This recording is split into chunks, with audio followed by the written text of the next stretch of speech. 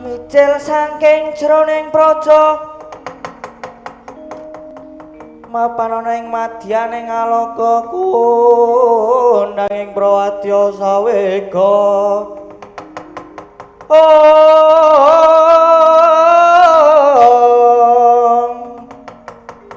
Pok sur tambur miang suling papandhen taludak miwa bandira kakandha warna-warna pindha jala Dyana Sri kawuryan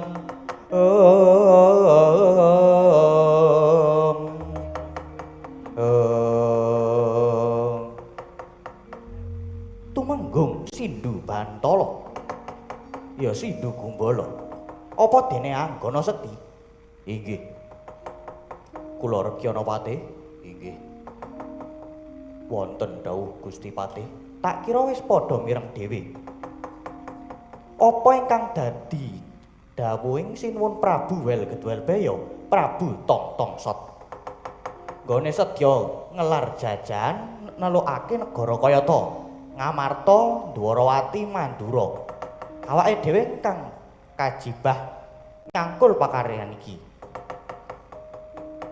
nanging iki malah ana babak anglayani jujur anusuli ya merga negara Ngloji Tengara malah ketekan parang muka saka negara Ngastina inggih lajeng keparengipun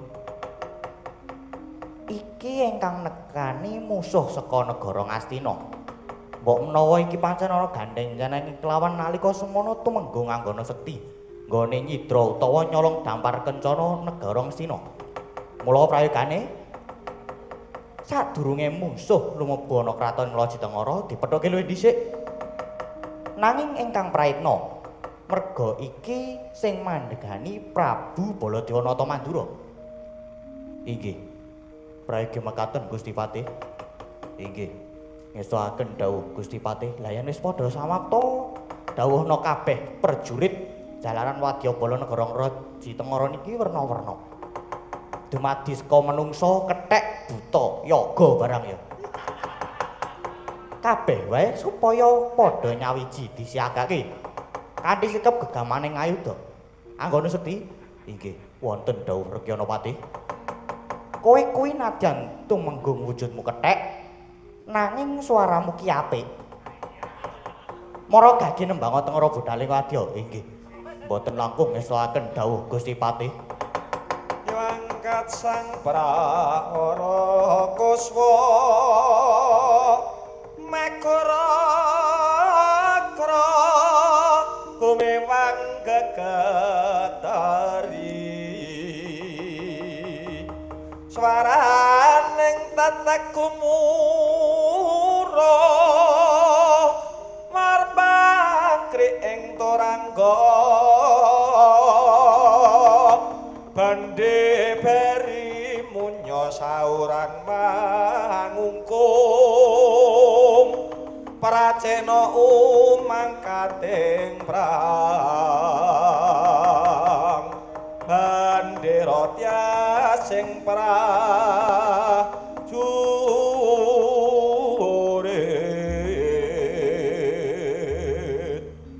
mung mung mung mung mung jir tret tret tret tret tret tret tret tret tret tret tret tret tit tit tit tret tret tret tret tret tret tret tret tret tret tret tret tret mung mung mung jir tret tret tret tret tret tret tret tret tret tret tret tret tret tret tret tret tret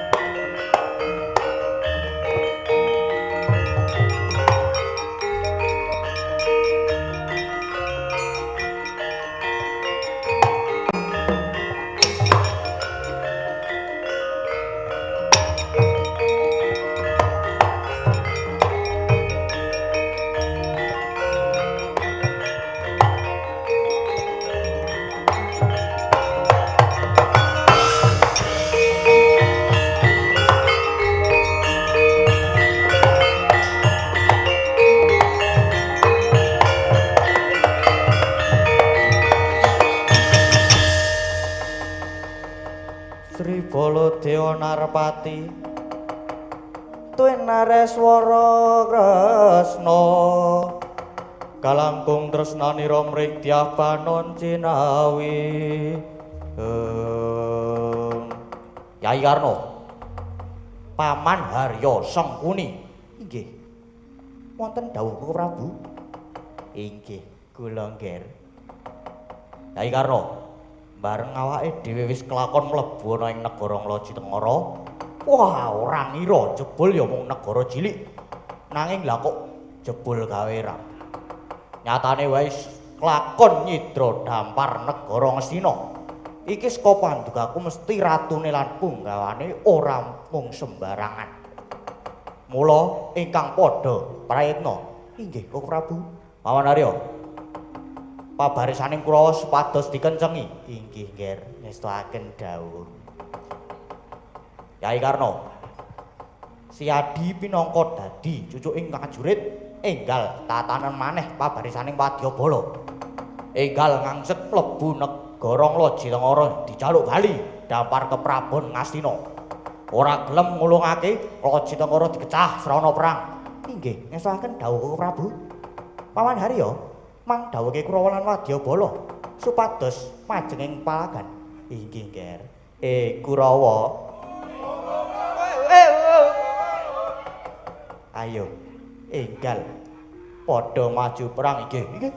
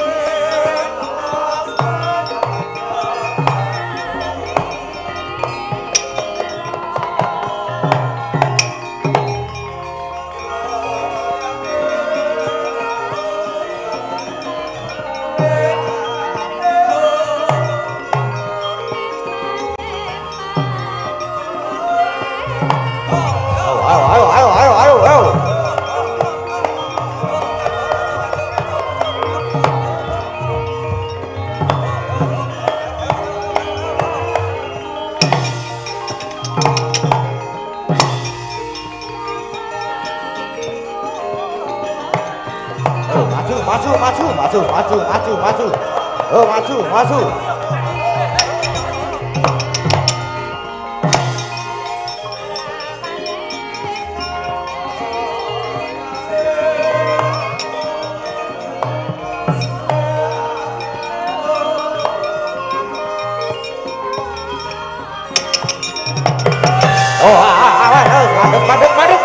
madep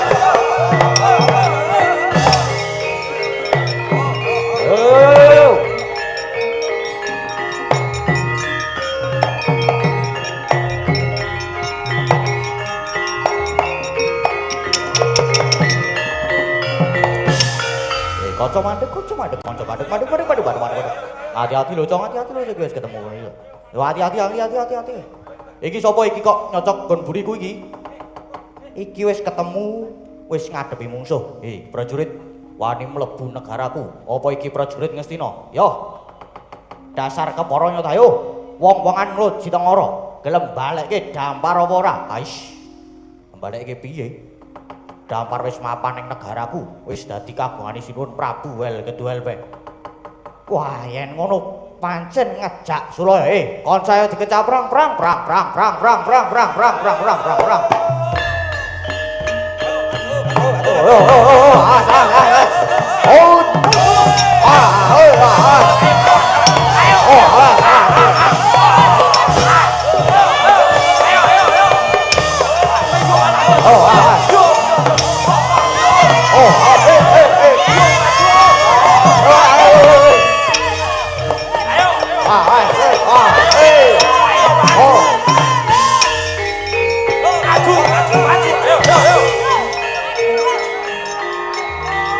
mundur.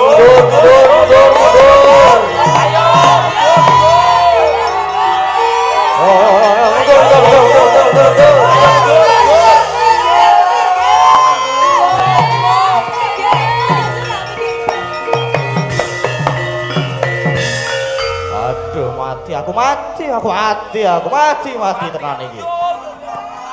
Aduh, tanganku sempal iki, sikilku buntung. Aduh. Anyo.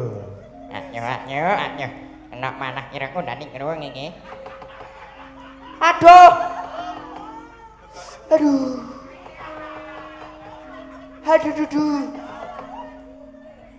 Dasku ilang.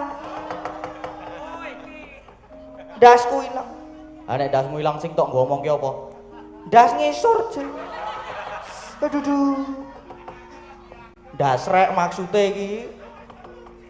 Waduh. Wah, rokokku kok ilang iki. Dicolong janu apa ya? Ayo sih, yo. Kanca mundur. Aduh.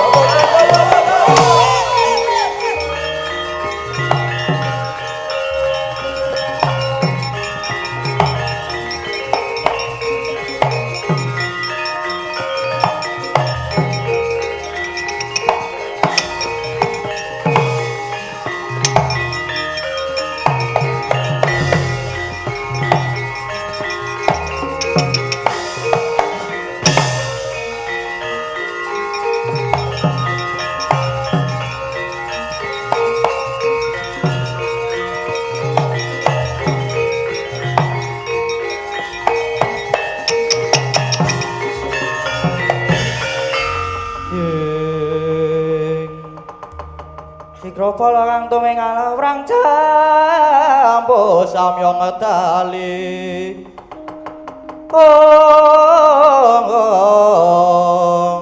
lir tatit wileting kata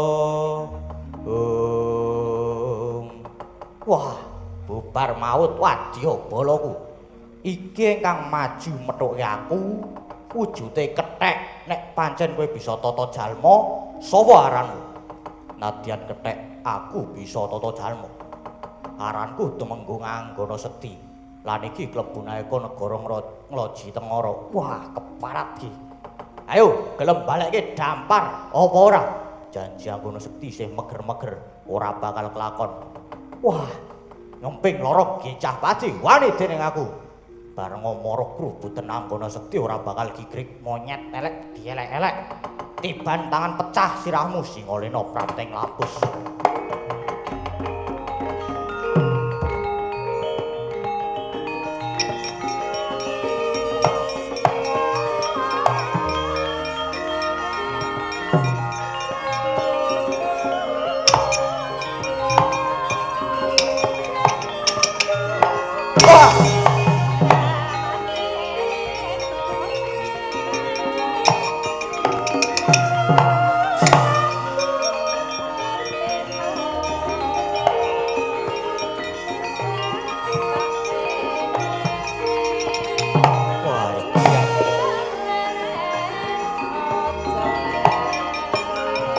awas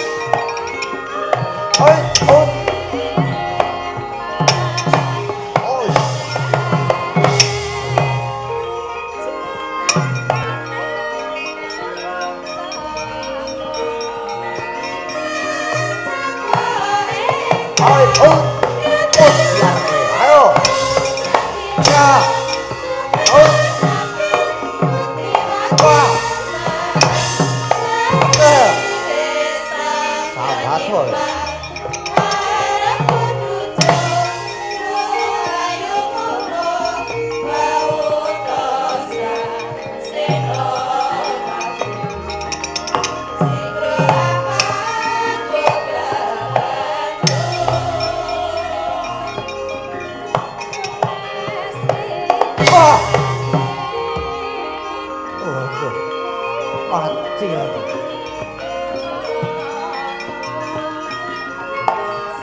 Hold! Fire! Hold!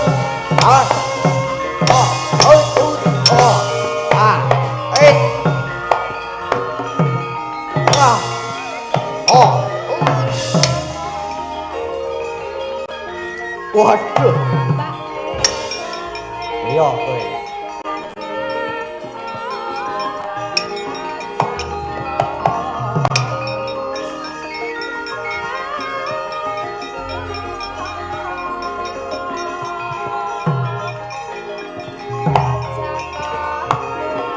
Oh. Ah. Aduh. Oh. Woi. Wah.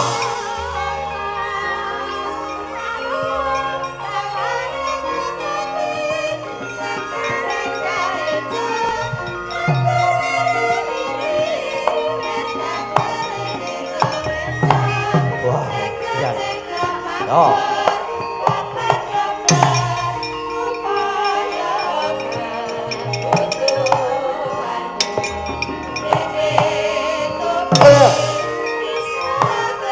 Wah. Oh. Iya, kowe. Oi. Wah. Ah, oi. Wah.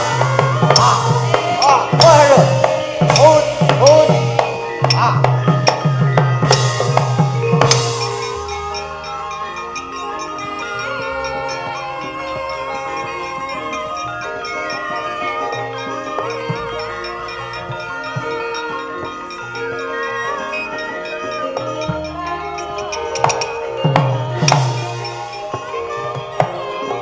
Yo. Ah. Iya. Oh, biar kowe. Ut. Terus. Wah.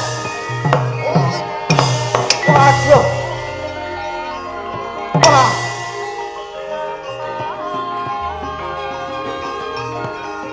Waduh. Mati aku.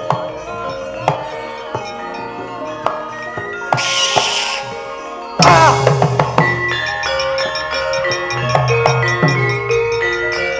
Waduh. Ah.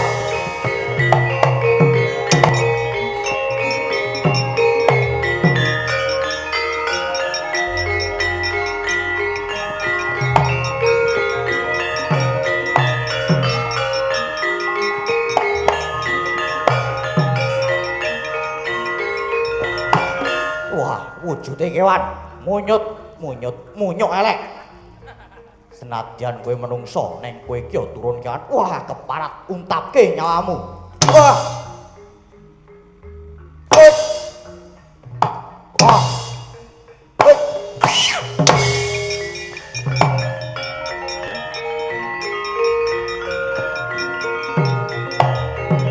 Wah, iya.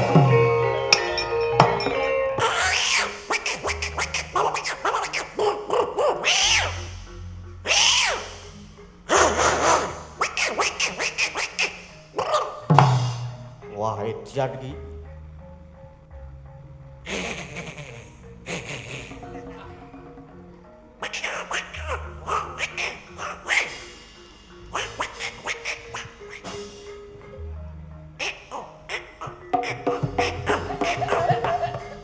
Walah.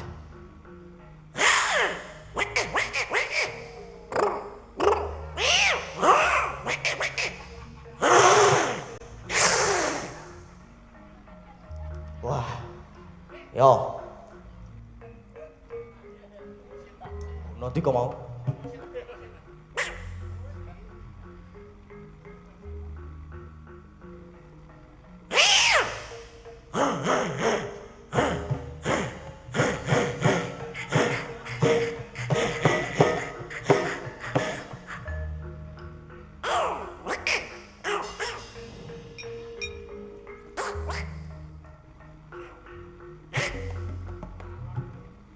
Wah.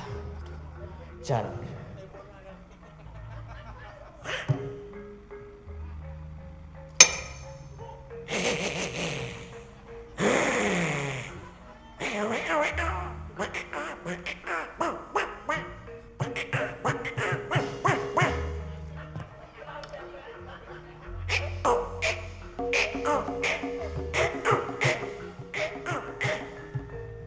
Iki piye to? Malah kaya apa jenenge kae? Donal bebek. Donal bolot.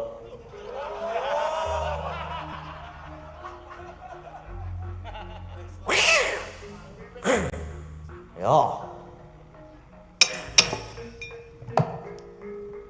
Ut. Oh. Waduh. Ut. Wah. Oh. Oh, ah. Oh.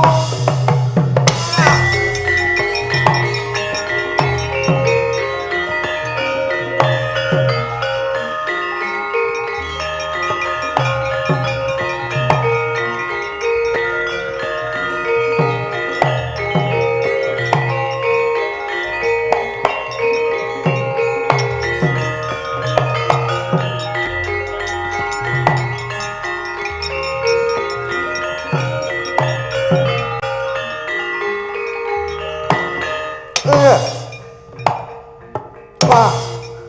Ut. Jangan aja. Waduh. Ut. Wah. Oh. Ah. Wah. Waduh.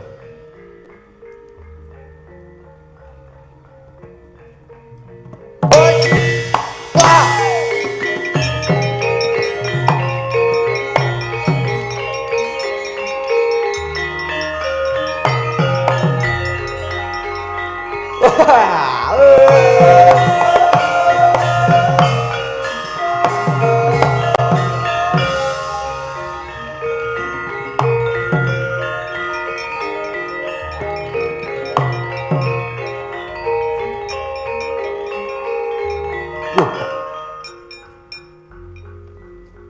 Sik Mas karo tengok Mas. Kesel aku bar nyopir mau. Coba ya komplit tenan iki prajurit e. Ana ketheke, ana butone barang. Ana sopire barang. Sawa kowe? Tumenggung Baron Skyber.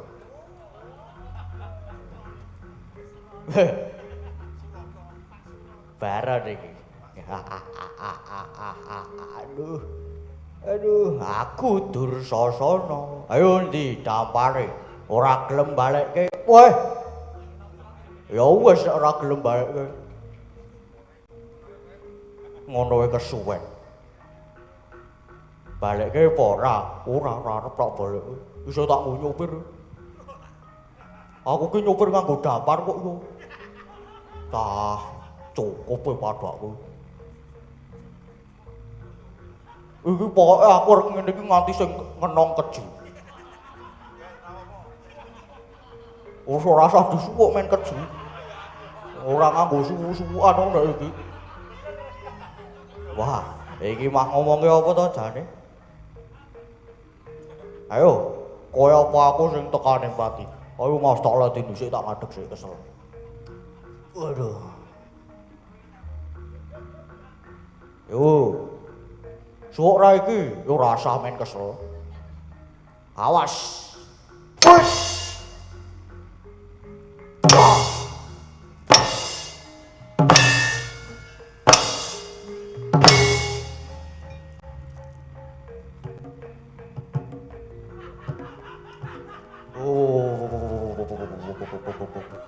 Aduh, aduh, kesel aku. Wah, aku ora, aku mumet aku bingung. Aduh. Wah, iki ana jogetane barang to, yo.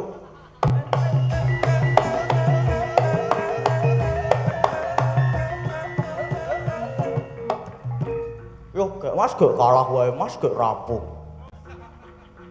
No. Oh, what? Oh, wah.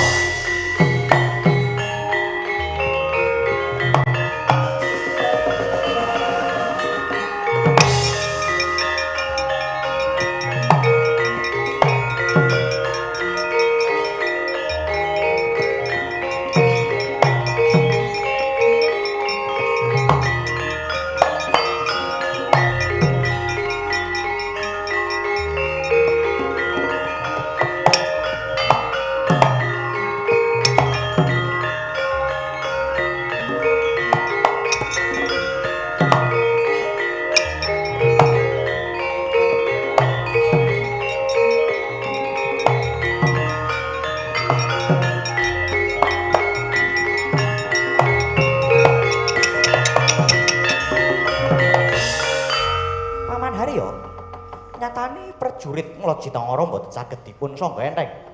Kurawa bubar maut. Inggih, Nger. Niki nek mboten angger ngawangga sing maju, mboten saged wangsul dampar keprabon Ngastina. Syukur yen angger Karna lajeng nglepasaken senjata Kuntawijaya Danu. Monggo dhisik, Paman. Senjata Kunta menika pusaka pungkasan. Namung kenging lumepas mbincang yen pun perang Bratayuda. Nggih. Lah nek kepengkok ngaten menika pripun ora?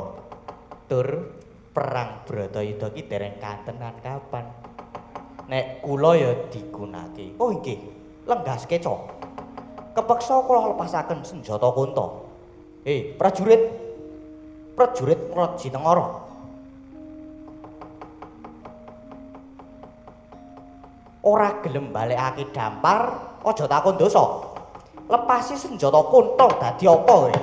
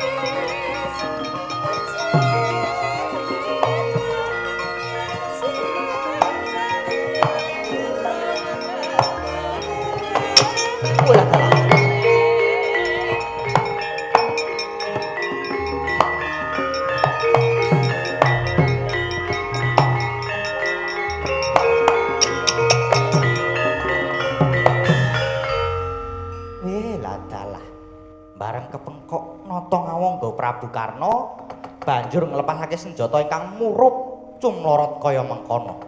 Ya, aku sedya ndadaki. Tak sauti pusaka kae.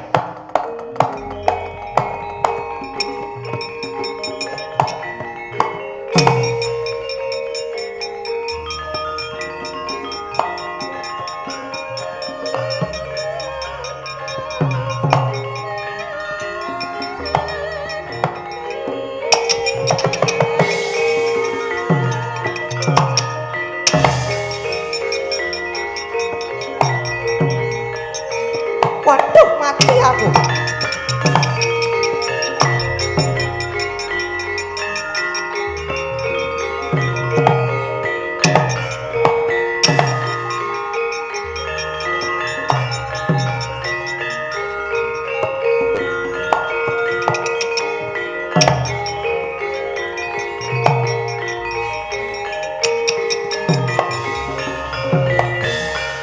Kyai Karna, ngopo nggondheti tipung kakang lan nangis-nangis? Aduh, Koko Prabu, ancas kula nglepasaken senjata Kunta nanging malah dipun saut kalian Punggawa Nglojitangara. Koko Prabu, pindha dipun losyata bebayu kula. Kados pundi Koko Prabu? Keparat. Dus malah ningrat gugu arepe dhewe. Mundura Yai, tak trajange dhewe.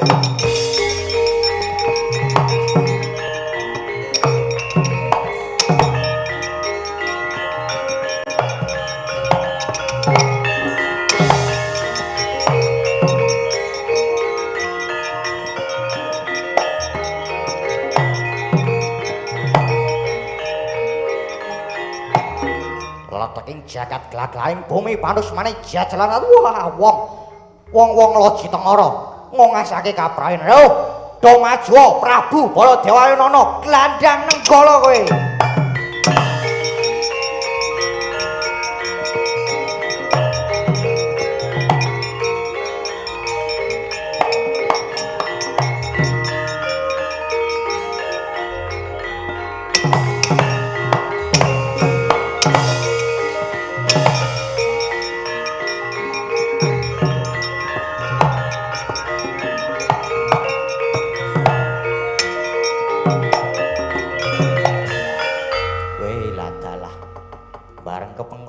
Mandura Prabu Baladewa muring banjur nglepasake senjata.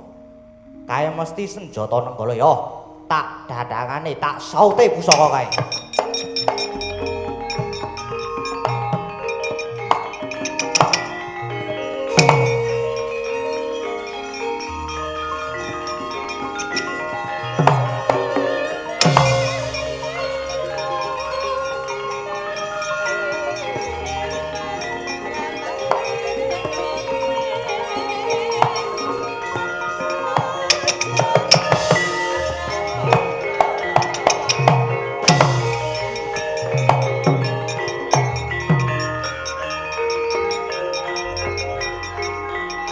Wah, iblis lanat mati aku.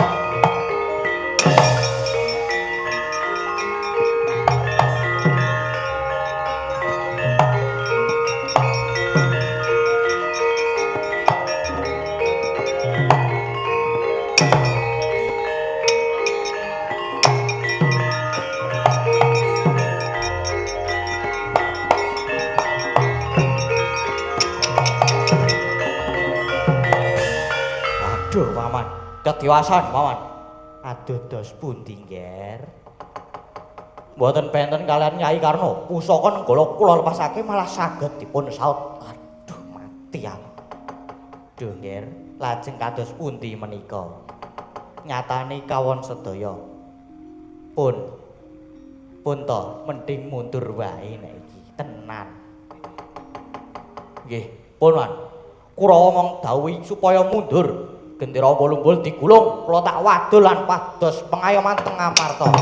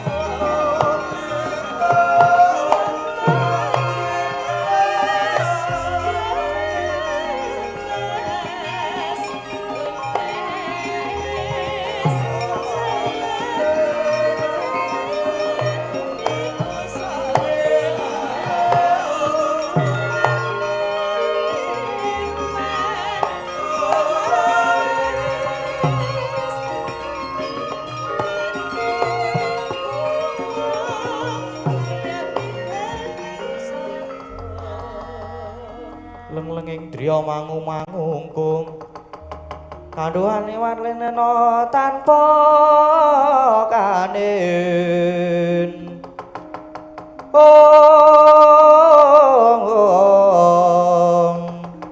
yen tan tulus mengkutyah utama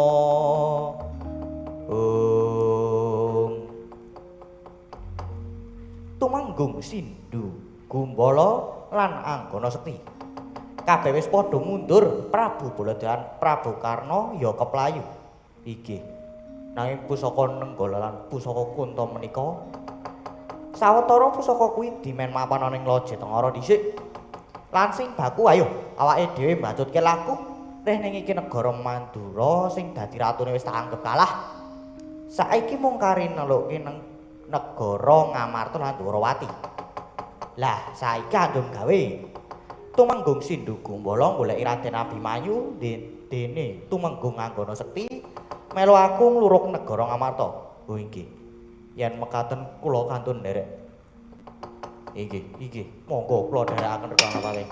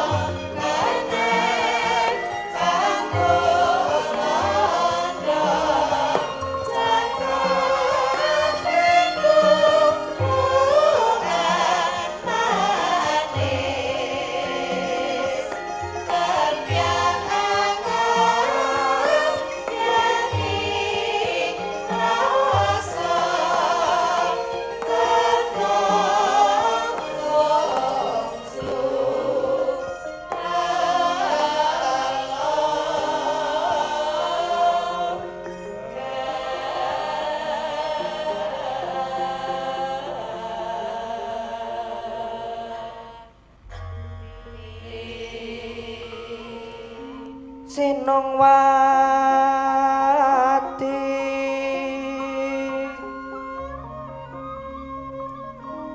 Sinongwati jagat kinari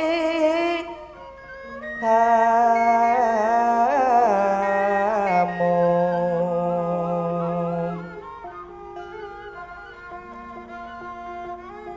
Mbak lumembak umbak ing samudra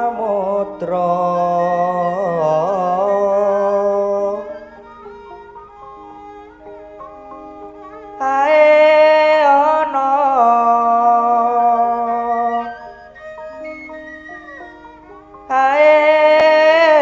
ana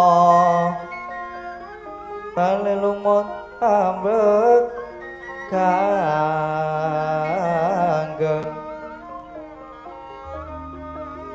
awito dedenjeng-denjengan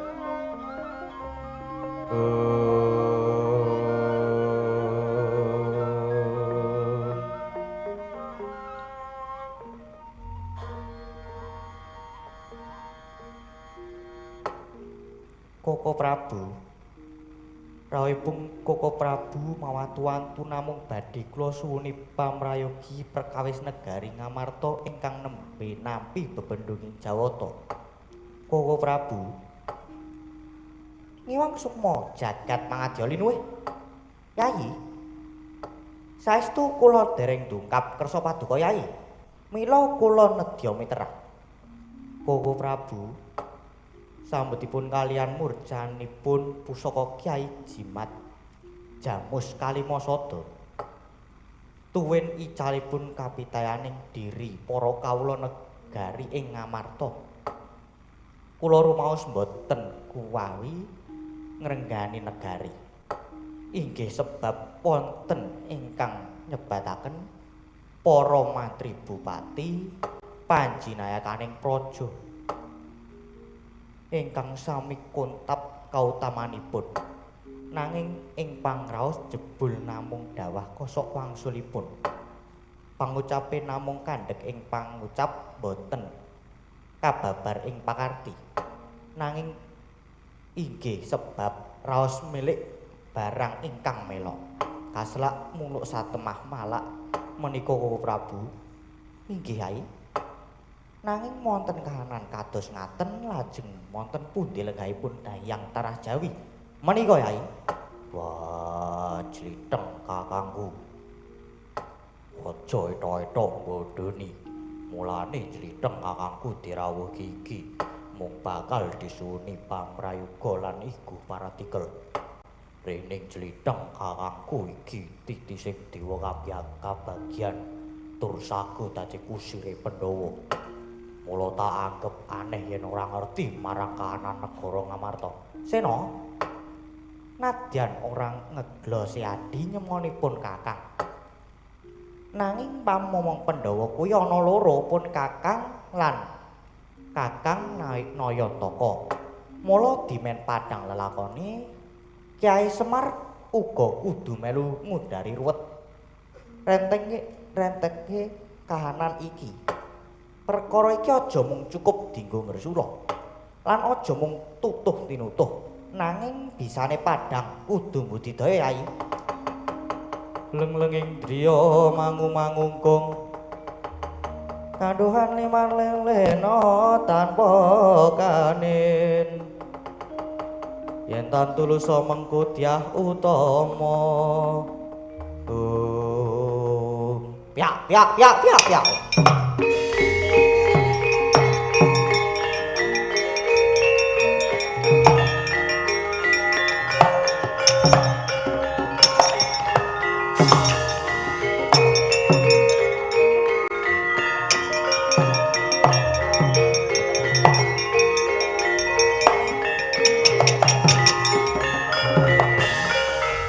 Prabu ing Mandura kepareng rawuh kawis tingal esmu sumengko pengawak Bajra wonten menapa Koko Prabu?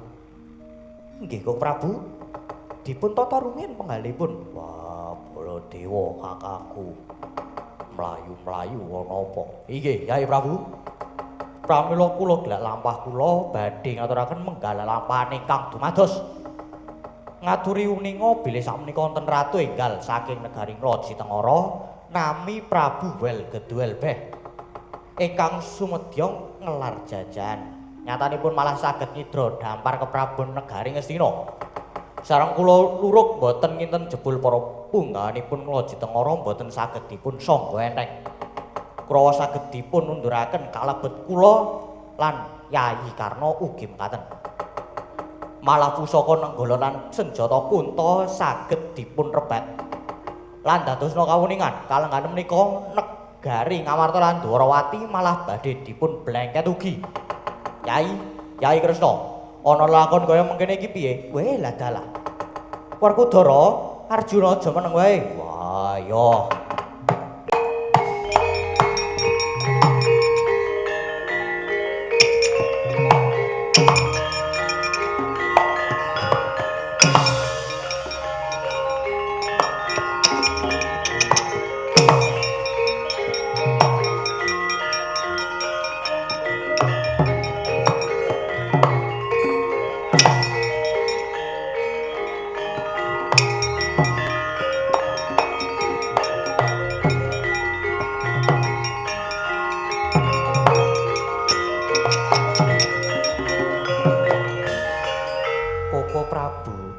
Pundi menika malah wonten parang muka.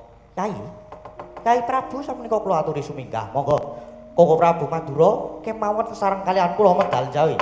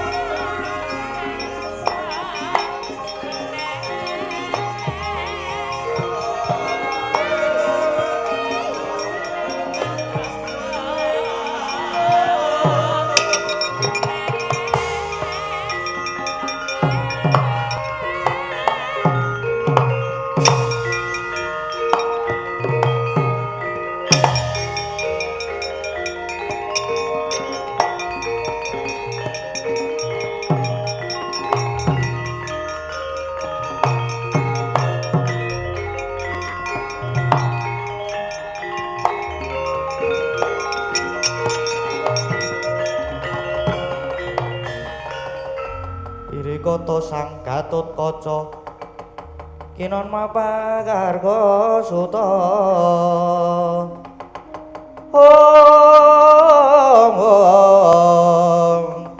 Tekapira Kresna muji saktinira wujude kethek wae wani matek kramat sapa kowe aku tumenggung Anggana Sekti kowe kang aran Gatotkaca ya dasar kepara nyata di ratu gustimu Prabu Puntadewa nungkul ulap-ulapan kang dadi ucapmu nguntapke nyawamu ning Yomani ayo Raden tak ladeni Raden.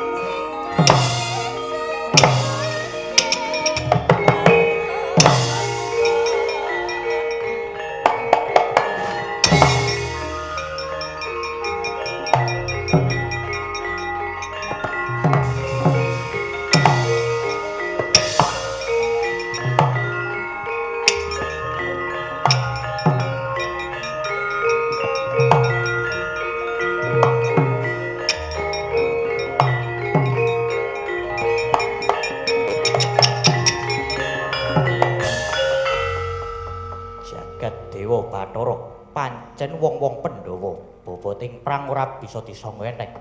Ya, ya. Nanging Gatotkaca, kowe aja girang-girang gumuyu. Apa kang katon iki? Iki jenenge kantong salaba. Kowe tak tarik nganggo angin Garuda leboke ning kantong iki. Aja sambat kowe.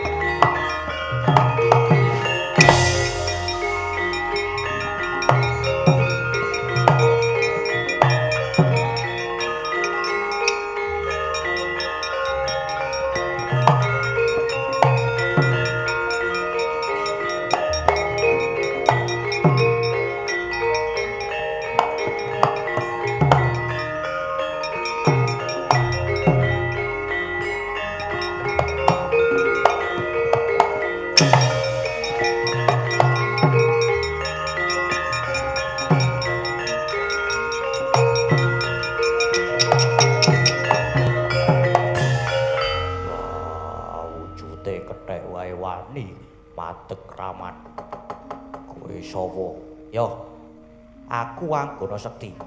Satriya gagah gedhe dhuwur iki mesti Werkudara, bapakne Gatotkaca. Hayo. Hayo. Anakmu wis bisa tak pikut, mula kowe nungkula wae. Wah, cangkeme njaluk tak jelitu.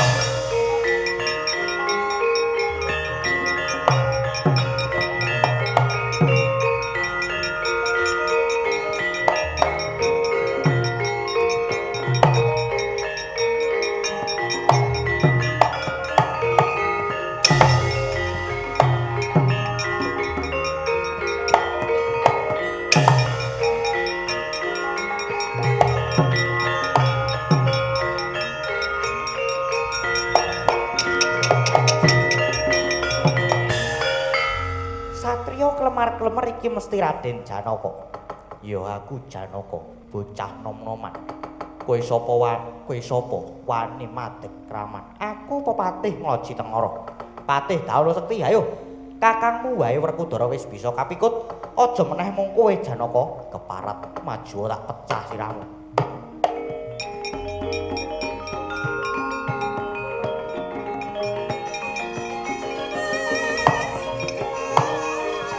Wah!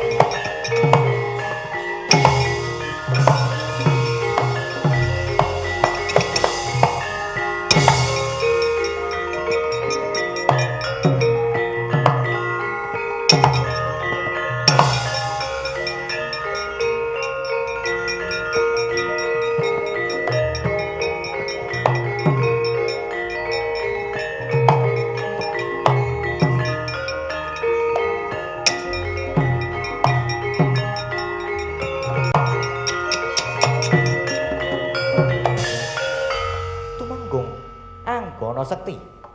Werkudara Arjuna Janaka wis bisa kapikut, tak kira iki wis cukup. Merga sing dadi kekuwataning Pandhawa ki ya mung para satriya iki. Inggih. Keparengipun gawa bali aturke Simon Prabu wel gedhe beh. Inggih. Nanging suwun ngamarta saha Ratu Ndrawati. Wis to. Manuta aku wae. Nata Ndrawati ora perlu diadepi, mengko wis nekanin negara Nglajitengara. Wis ayo, bali mulih wae.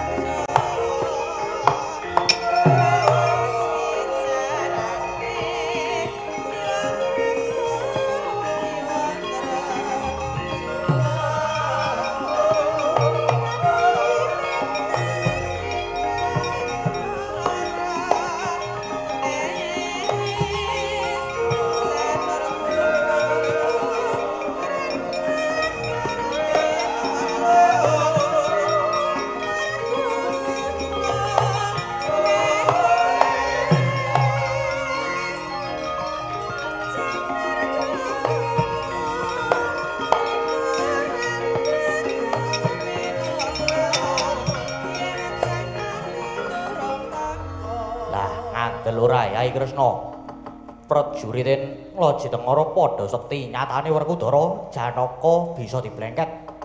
Wah, piye iki? Inggih. Kok ngantos damel ram? Punggawa tasih samiyane mawon ngantos saged damel geger. Namung gumun kula yen niat madeg kraman, yen niat ngluwahaken negari kok kula lan Yai Puntadewa boten dipun blengket pisan. Yo, mula kowe iki gek maju wae. Adi-adimu dadi blengket kae. Mangke riyen. Upami kula ngoyak nututi punggawa nemen-nemen menika, kirang bejanipun kula malah ugi dipun damel wirang. Wah. Prayogane banjur piye? Iki nenggalaku barang ya direbut. Lah mangke rak inggih wangsul to. Aja sembrono to. Moh aku nek sembrono. Moh aku.